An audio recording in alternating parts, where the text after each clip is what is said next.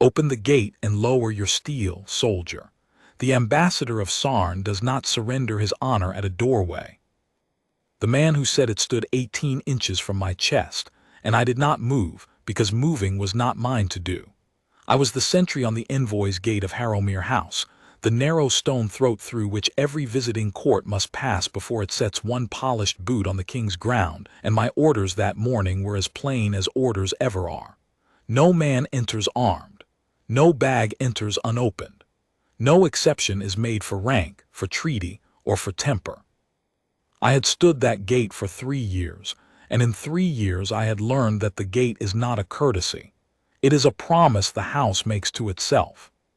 The man before me wore the sash and star of the court of Sarn, and behind him, filling the cobbled approach in a wedge of dark coats, stood 11 of his countrymen. 11. I counted them the way I had been trained to count anything that might matter later, and what I counted under their coats was not a guess. The cut of cloth lies for a tailor but never for a soldier.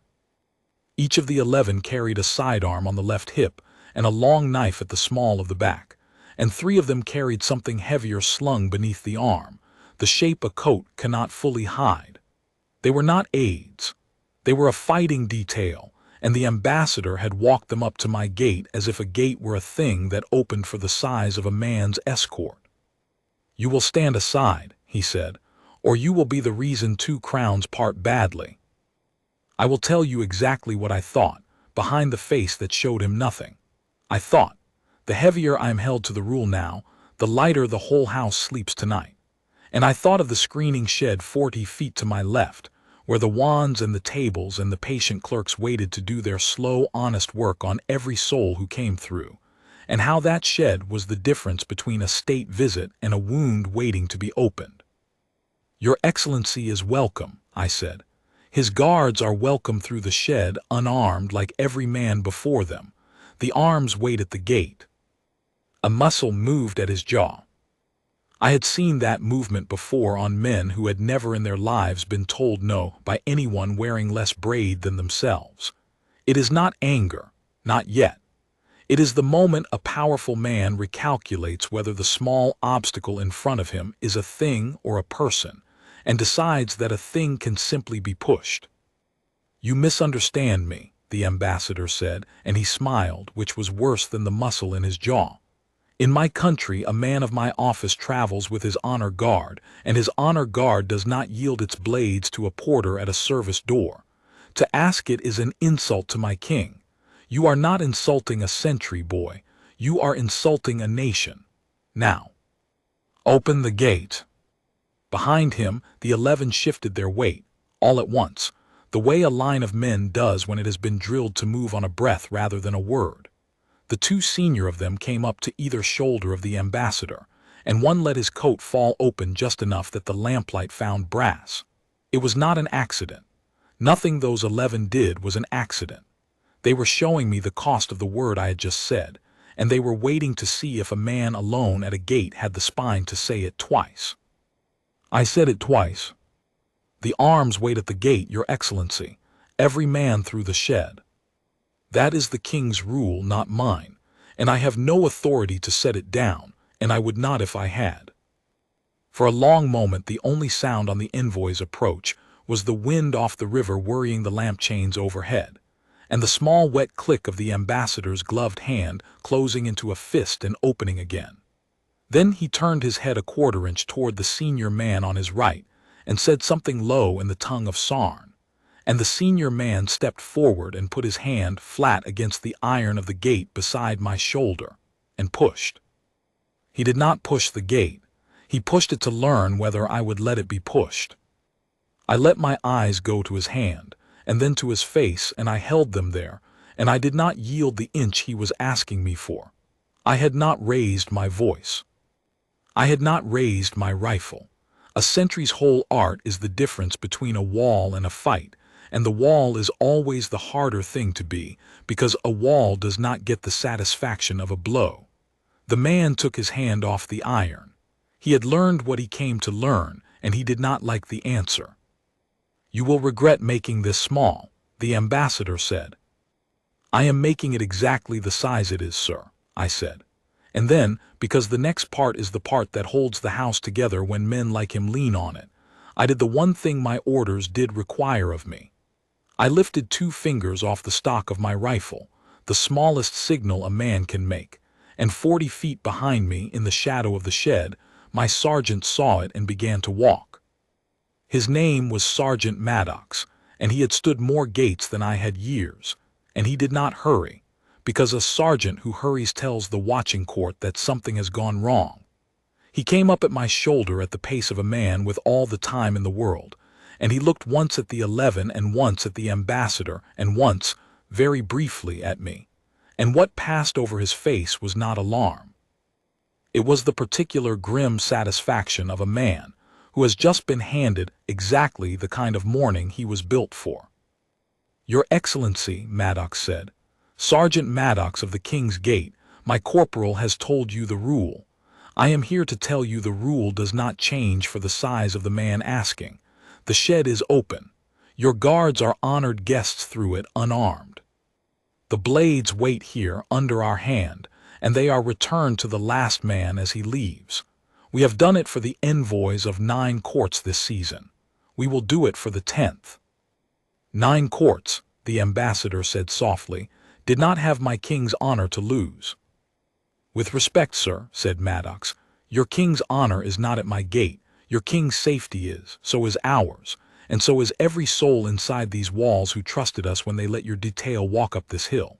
He let that sit a moment. 11 armed men, your Excellency, through an unsearched gate into a house full of people who cannot see what you carry. That is the thing you are calling honor. I am calling it 11 armed men. We are not going to argue about the word. We are going to do the search." The ambassador looked at Maddox for a long time.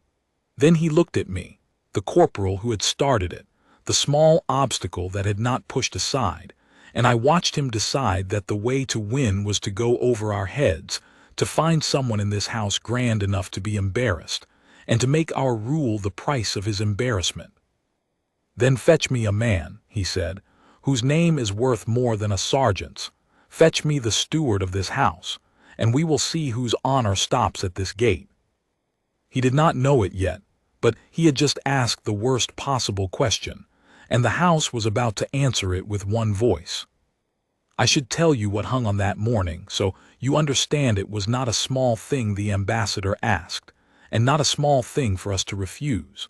The court of Sarn sat across a narrow sea from us, and for 3 generations our 2 kingdoms had eyed each other across it like men who remember an old quarrel and are tired of paying for it. The visit was the first in 40 years. There was a treaty half-written in the long gallery beyond these walls, a trade of grain and river rights, and the quiet promise that neither court would arm the coast against the other. And the whole brittle hope of it had been carried up this hill in the ambassador's pocket. Every clerk in Harrowmere knew that if the visit soured, the treaty soured with it, and the river stayed a border instead of becoming a road. The ambassador knew it best of all. That was the lever he had brought to my gate. He believed that no house would let a doorway cost it a treaty, and he believed that I, a corporal at the narrow part of the funnel, was the cheapest thing in the bargain. He was right that I was the cheapest thing in it. He was wrong about everything else. The steward came down the hill himself. I had expected him to send a deputy, the way grand men send deputies to small fires, but Lord Caradon, steward of Harrowmere, came down through the inner court in his black coat and his chain of office, and he came at a walk that was neither hurried nor slow, the same walk Maddox had used, and I understood watching him that the house taught that walk to every man it trusted, from the steward to the sentry, and that the walk itself was a kind of message. We are not afraid of you. We are not impressed by you. We have all the time in the world. Your Excellency, Lord Caradon said, and bowed precisely the depth that protocol owed an ambassador and not 1 degree further. I am told there is a difficulty at the gate. There is a corporal at the gate, the ambassador said, who believes a treaty between kings is worth less than his pride. I have asked, as a matter of my king's honor, that my HonorGuard accompany me through this gate as they accompany me everywhere, bearing the arms that are the mark of their office. Your soldier has refused me. Your sergeant has refused me. I now ask the steward of the house to do what these small men cannot, and remember which of us this visit is for." I waited for it then, the thing I had braced for since the ambassador first leaned into my chest. The squeeze. The moment a man of high office looks at the rule his own people made and decides that this once, for this guest, for this much at stake, the rule can be a guest-stay rule and bend. I have seen stewards bend. I have seen good rules folded up small and put in a pocket because the man at the door was too important to refuse and the corporal too cheap to defend. I stood at attention and I made my peace with it, the way a sentry learns to, because the rule was not mine to keep if the house chose not to keep it. Lord Caradon was quiet a moment. Then he did something I have thought about every day since. He turned first to me. "Corporal, what did you tell His Excellency?" "That no man enters armed, my lord," I said. "That his guards are welcome through the shed, unarmed as every escort before them. That the arms wait at the gate, under our hand, and go back to the last man as he leaves. That the rule is the king's, and I have no authority to set it down." "And did you offer His Excellency any discourtesy?" "No, my lord." "Did you raise your voice or your weapon?" "No, my lord." "Did his detail offer you any?"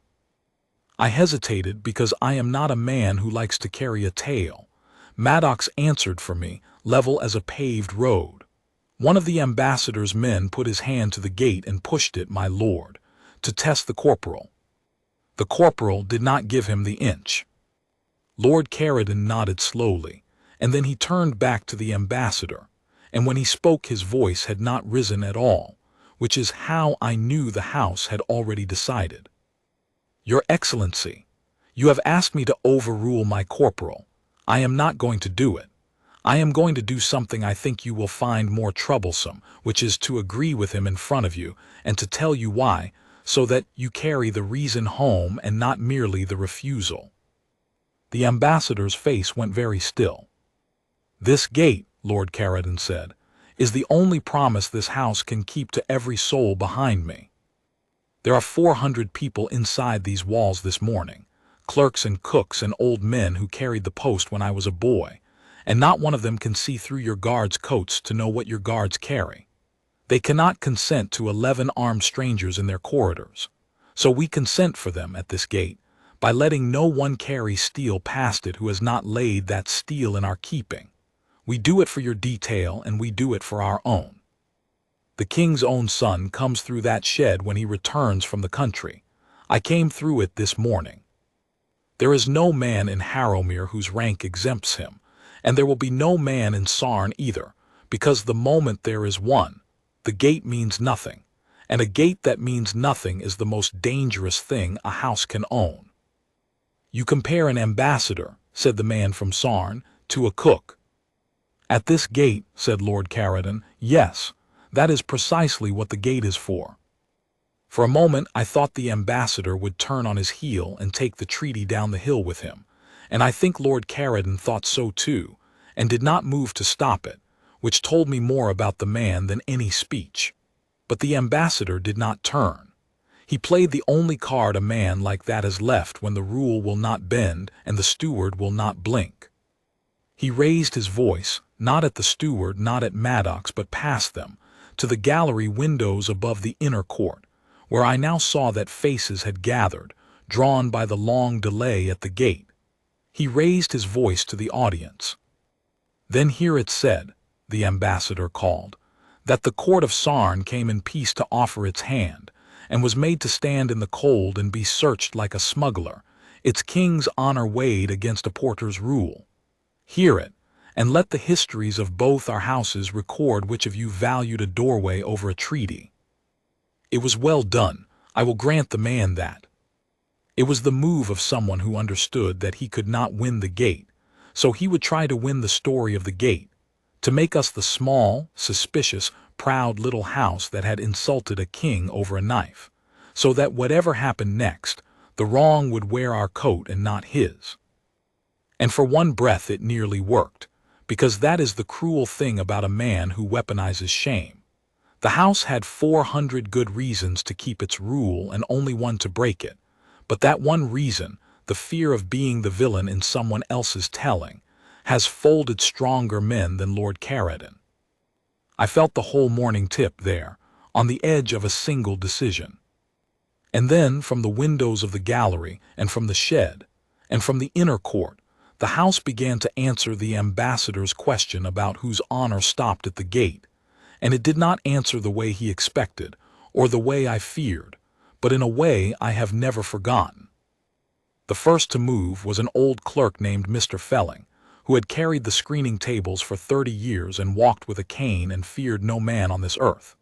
He came out of the shed into the cold with a wand in his hand, and he did not shout, and he did not make a speech. He simply walked to the front of the screening line, set the wand on the table where the 11 could see it, and stood beside it with his cane, the way a man stands beside a thing he is willing to be searched by first. Behind him, the 2 younger clerks came out and stood at their stations. They did not block the gate. They did the opposite of blocking it. They opened the shed wider, made the lane through it plainer, and stood ready to do their honest slow work, and the message of it was unmistakable. The door is open, Excellency. It has always been open. It opens this way. Then Captain Varick came down from the inner court with the relief watch behind him, 8 men of the King's Gate, in step, unhurried, the same maddening unhurried walk, and they did not march at the 11 from Sarn. They marched to the screening shed and took post around it, 4 to a side, and stood at ease facing outward, which is the posture of men guarding a thing they are proud of rather than men braced for a brawl. They made a corridor of the king's coats from the gate to the shed and through it, an honor guard of our own, and the meaning of that was plain too. This is not us refusing your detail. This is us showing your detail the way through and standing for it while they walk it. And last, from the gallery, came a voice none of us had expected, because the king did not come to the gate. Kings do not come to gates, but his word did. The chamberlain of the household, the man who carried the king's voice when the king was not in the room, leaned from the gallery window with a folded paper in his hand, and called down to the court in the flat carrying tone of a man reading an order rather than offering an opinion. By the king's instruction, given this hour, the court of Sarn is welcome to the king's table with all the honor the treaty deserves, and the king's own pleasure besides. The king has further instructed that the gate of his house be kept as it is kept for his own blood, that no arms pass it unscreened, the king's son not excepted, the king himself not excepted, and that this rule be named to his excellency not as a slight, but as the very proof of the safety the king offers him under this roof. The king says, "A house that would let strangers walk armed among its people to flatter a guest is a house that does not deserve a treaty, because it cannot be trusted to keep one."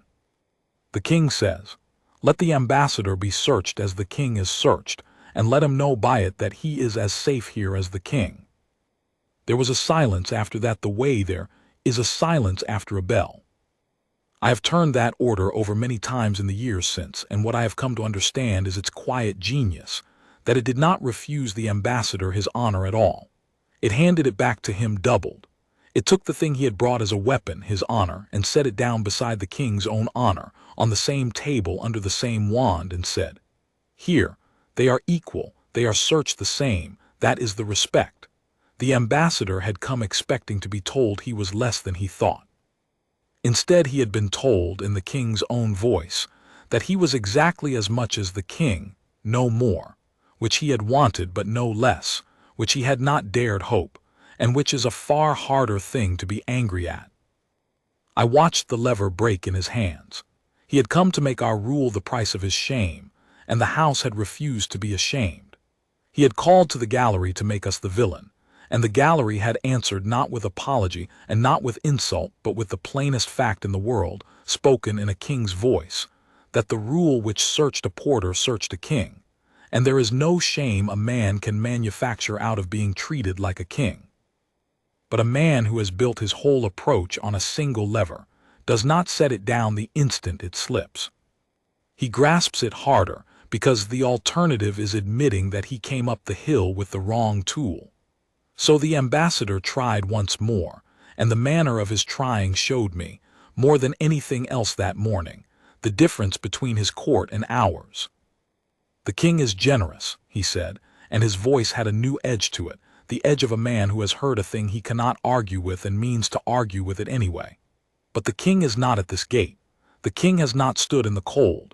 The king does not see what his servants do in his name when his name is far away. You read me a paper, Chamberlain. I have read many papers. A paper is a thing a house writes for the day after when the questions come, so that it may say it followed its rules. Let me speak to the king's face, and not to his paper, and we will see whether the king wishes the first envoy of Sarn in 40 years searched at a service door like a fishmonger, or whether that is the small zeal of small men hiding behind a great man's hand." It was, I will say again, well done. He had found the one seam left in the thing, the gap between the order and the man who gave it, and he meant to drive a wedge into it, to make us out as servants overreaching the master's real wish, so that the king, embarrassed, might be moved to come down and soften it. The chamberlain did not flinch. He folded the paper slowly and put it inside his coat, and he leaned a little further from the window, and when he spoke it was no longer in the flat reading tone.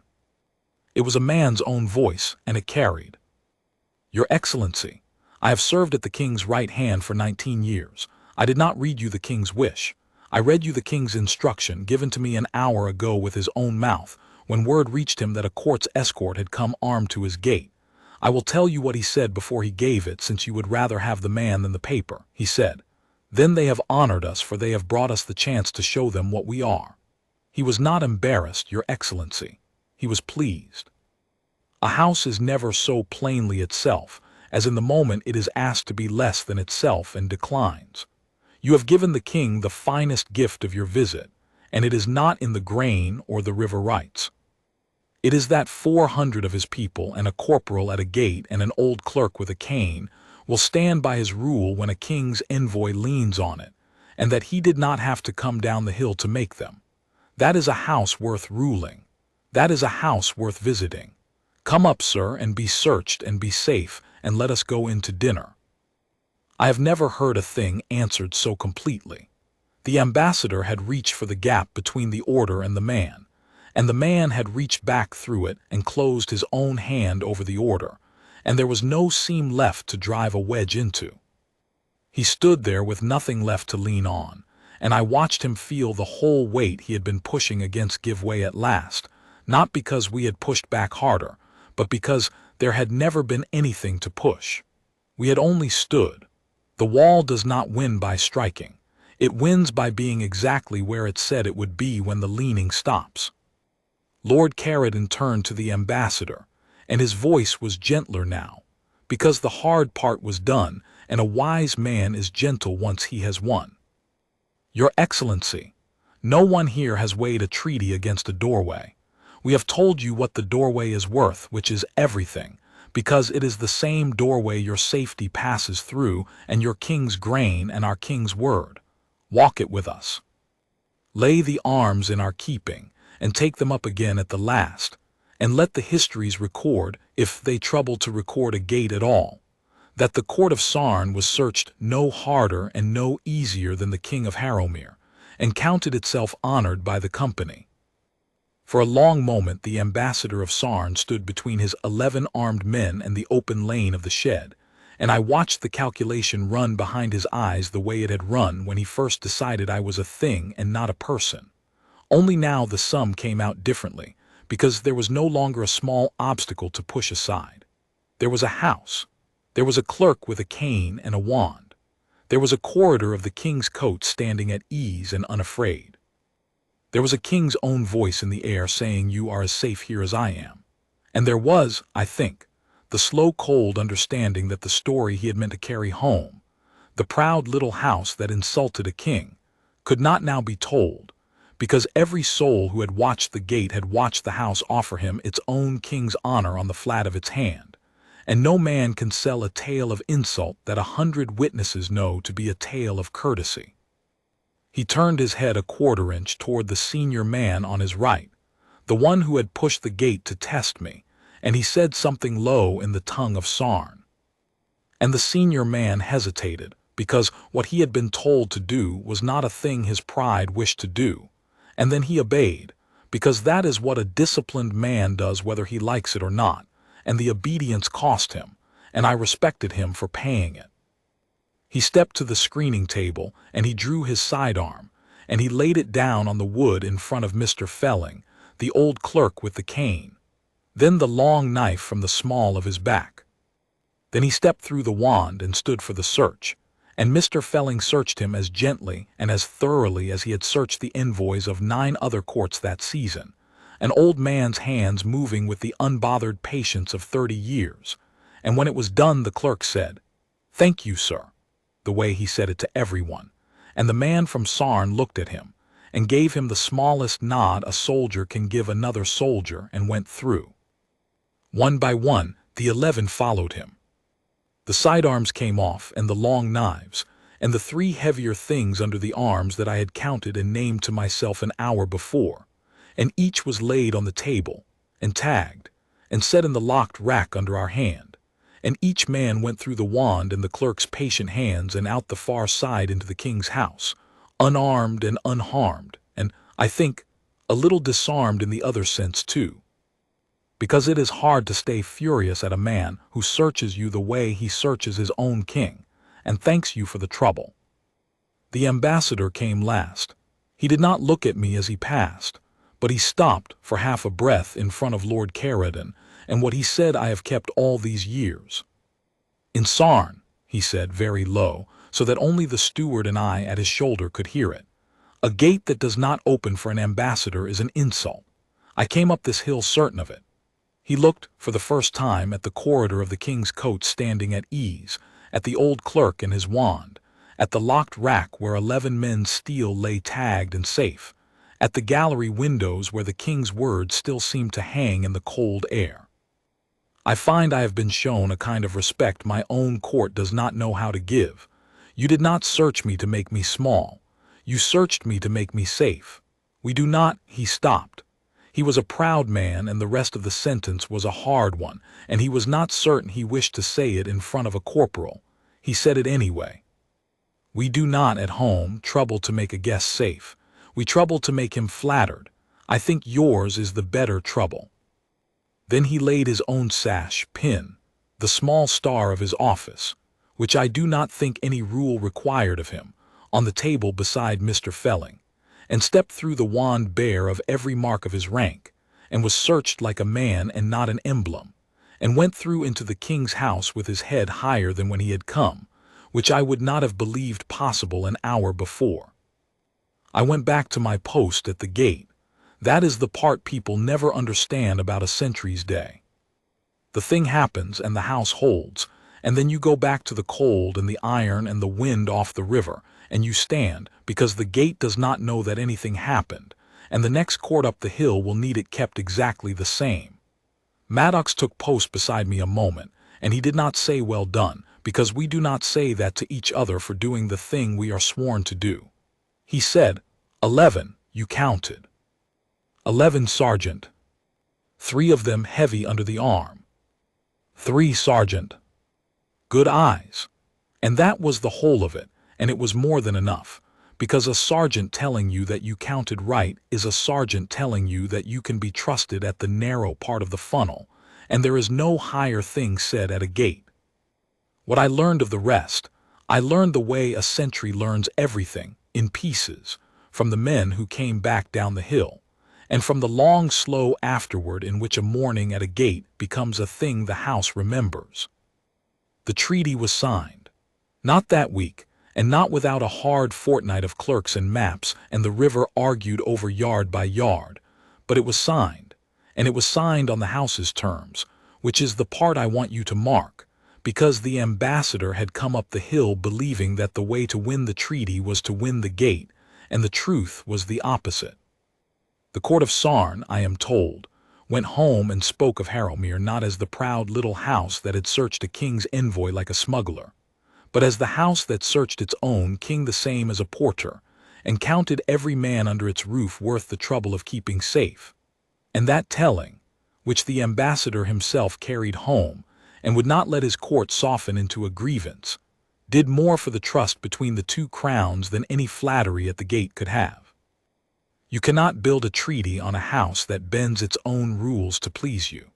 A court that watches you fold up your law for its comfort learns only that your law can be folded, and a folded law is the thing they will lean on next, and harder. The court of Sarn went home having watched our law refuse to fold for a king's own envoy, and a law that will not fold for a king is the only kind worth signing a treaty against, because it is the only kind a man can trust will still be standing when he needs it to hold the other fellow.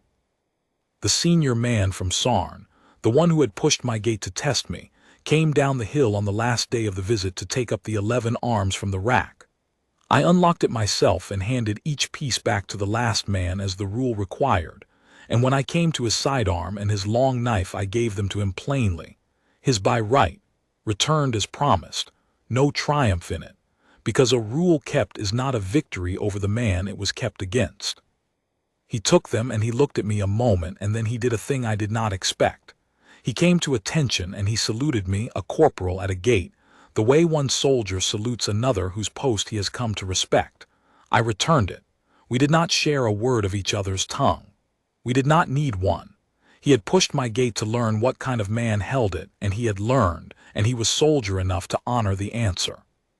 The chamberlain's order, the king's word, that the gate be kept for the king's blood as for a guest, none accepted, was read aloud at the next muster of the king's gate, and then it was framed, and it hangs to this day in the screening shed over Mr. Felling's old table, where every clerk and every sentry can see it, and where every envoy of every court that comes up the hill must pass beneath it on his way to the wand. I have stood beneath it 10,000 times. I know it by heart. But the line I think of most is not the grand one about a house that cannot keep a treaty. It is the small one near the end, the one the chamberlain almost swallowed in the reading, the one I did not understand the morning I first heard it and understand completely now. Let the ambassador be searched as the king is searched, and let him know by it that he is as safe here as the king. That is the whole of it, you see. That is what the gate is. A man comes up the hill certain that the rule is an insult, a thing that makes him small, a measuring of his honor against a porter's pride, and he is wrong, and the wrongness is the gift.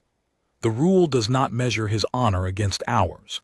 It measures it against the king's and finds it equal and treats it the same and protects it the same, and that is not an insult. That is the highest courtesy a house has to give. We do not search you because we suspect you. We search you because we have promised to every soul behind this gate that no one passes it unsearched, and we will not break that promise for the king's own son, and so we cannot break it for you, and the not breaking is the proof that we will not break it for the next man either, the one who means you harm. The gate that will not bend for you is the only gate that can keep you safe. I think about the ambassador's question, sometimes, on the long cold watches when nothing comes up the hill, and there is only the wind and the iron and the lamp chains. We will see whose honor stops at this gate, he said. He thought it was a threat. He thought he was promising us a reckoning, that his honor was the great thing and ours the small thing, and that when the two met at a doorway, ours would have to give way. But the answer to his question turned out to be the seed of everything, and the answer was yes. Their honor does stop at our gate. So does the king's. So does mine. Every honor stops at that gate, lays itself down on the flat of the table beside every other, and is searched the same, and is given back the same, and walks through equal, and that is not where honor ends. That is where it is proven. A man's honor that cannot bear to be set beside a porter's on a screening table was never honor at all. It was only pride wearing honor's coat, and pride is exactly the thing a gate is built to stop. The ambassador understood it in the end. I saw it in him when he laid down his star, the small useless emblem no rule required, and went through bare. He had brought his honor up the hill as a weapon, to push a corporal aside with, and he carried it back down as the thing it was meant to be all along. A thing he was willing to lay on the table beside any other man's, because he had been shown, by a house that would not fold, that the laying down was not the loss of it but the whole worth of it. I stood that gate 11 more years. I stood it through the envoys of a dozen more courts, and not one of them came up the hill the way the court of Sarn had come, because Sarn had carried the story home and the story had traveled, and the courts that came after knew before they reached the wand that the rule which searched them searched the king, and a man searched the same as a king does not feel searched at all. He feels kept. There is a difference, and the whole of my trade lives in it. When I was an old man myself, and they took me off the gate at last and gave me the slow indoor work that the house gives its old sentries so they need never quite leave, I asked to be put in the screening shed, at Mr. Felling's old table, beneath the king's framed word. They let me. And I sat there, with the wand I could barely lift now and the locked rack at my back, and I searched the envoys of the courts the same as I had been searched, the same as the king was searched, the same as I had once searched 11 proud men from Sarn, gently and thoroughly and with thanks, and without ever once making a great man feel small. A young corporal stood the gate outside while I worked. I watched him through the shed door on the cold mornings, motionless at the iron, eyes forward, holding the narrow part of the funnel the way I once held it. And now and then a great man would come up the hill certain that the rule was beneath him, and lean into that corporal's chest, and tell him that some king or other did not surrender his honor at a doorway. And the corporal would not move, because moving was not his to do. He would say the thing I once said in the same plain words, that no man enters armed, that the arms wait at the gate, that the rule is the king's, and he had no authority to set it down and would not if he had. And the great man would send for someone whose name was worth more than a corporal's, and the house would come down the hill, all of it, the clerk and the captain and the king's own word, and it would answer the great man's question about whose honor stopped at the gate. It always answered the same. It answered, yes, every honor stops here, lay it down. You will find, when you take it up again at the last, that it weighs exactly what it weighed before, and that it is, for the first time, entirely your own, because no one bought it from you at the door, and no one made you ashamed of it, and no one was allowed to walk past you armed and unknown into a house full of people who trusted us to keep them. That is what we kept at the gate, not the king's pride and not our own. We kept the promise. And a house that keeps its promise at the door to a porter and a prince and a foreign king's own envoy, all the same, all searched, all safe, is a house worth signing a treaty with, and worth standing in the cold for, and worth handing on, when your arm can no longer lift the wand, to the next man at the iron who has just been told to stand aside, and will not. Their honor stops at our gate, so does ours. That is not where it falls, that is where it is kept.